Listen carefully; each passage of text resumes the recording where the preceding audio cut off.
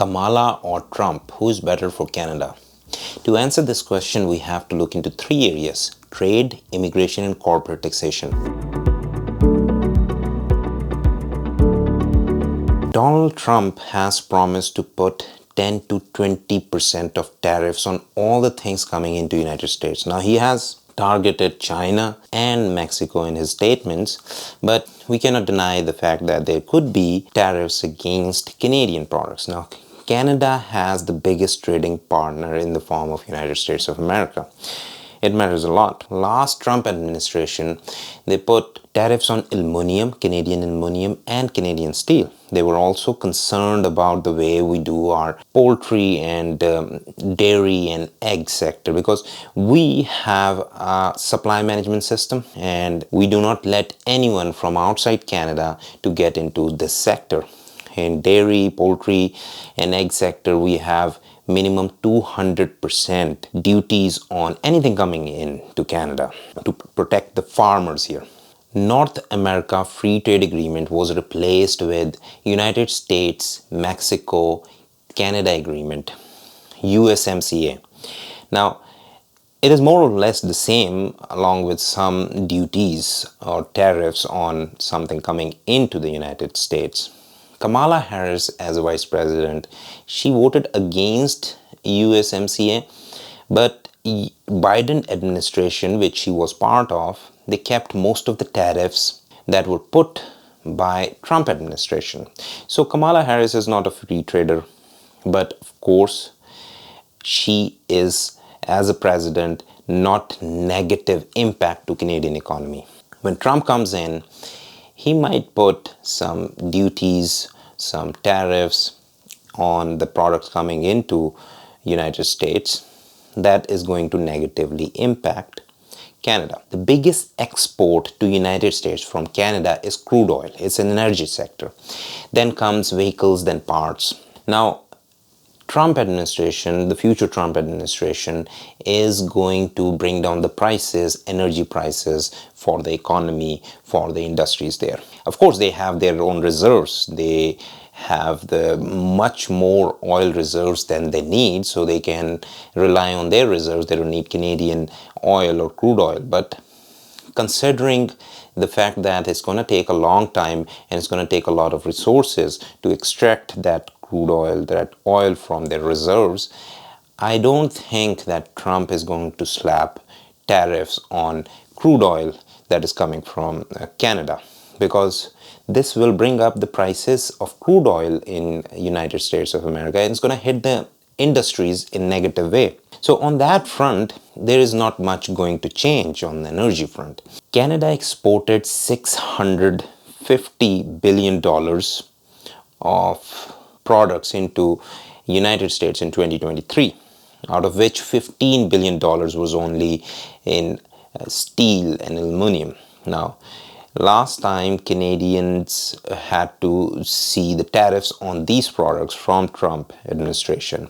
Something like that might happen. Of course, it's not going to impact Canadian export in a huge way, but there will be a negative impact if Trump becomes president. The second thing is the immigration. If you have been watching rallies and statements by Kamala Harris and Donald Trump, you see that Donald Trump has talked about deportation a lot. He has said that there will be the biggest deportation in the history of United States of America. There are undocumented people. Donald Trump says it, Elon Musk says it, Democrats do not deny it. So there are undocumented people there. You can call them illegals or anything. Those people are living there, working there. They're working in some industries. They are not dependent on the social system, social security system. And they're available for cheap. And they're working in industries like dairy, poultry, farming. If Trump becomes president, he's successful in deporting all those people who are in millions. There are different estimates. There could be 10 million, 11 million, 12 million. Every estimate is above 10 million. So if he is deporting, he's going to be deporting around 10 million people out of America. This is going to create an opportunity for Canada to cater to the demands of the Americans. Because if these people go out, there will be certain industries that will be effective. They won't be able to bring out their product that was being manufactured by these undocumented people. And Canada could come in, and more trade would be affected in future if Trump becomes president. But Kamala is quiet on that front. She has promised to overhaul the asylum seeking process, but she hasn't said anything about deportation. So if Kamala becomes president, there is not going to be any deportation happen. In that case, America is not going to give an opportunity for Canadian economy to grow. The third thing is corporate taxation.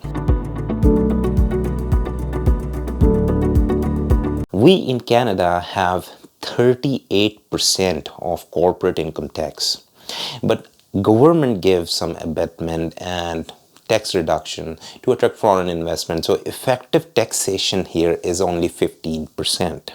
But it's different in America. Their corporate income tax is at 21% currently.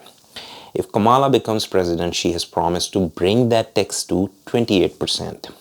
Higher. Trump has promised to bring that taxation down to 15%, which has been unheard of for many years, almost a century. It was in 1930s when there was 15% taxation in America on corporations.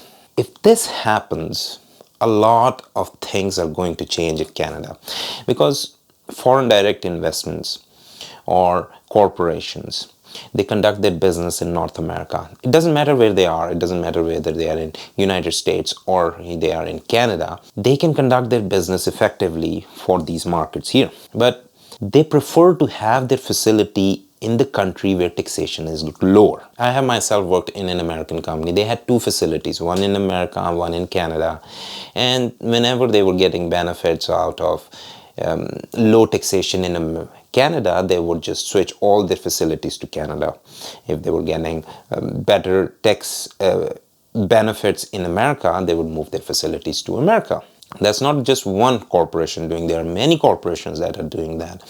So if this happens, Canada can lose a lot of investment, because Canada does not have any cushion in fiscal policy to give subsidies to international organizations or corporations. If Trump becomes president and he delivers on this promise, there is a high chance that many corporations that are already existing in Canada, they move to United States of America. Today, America is going to vote.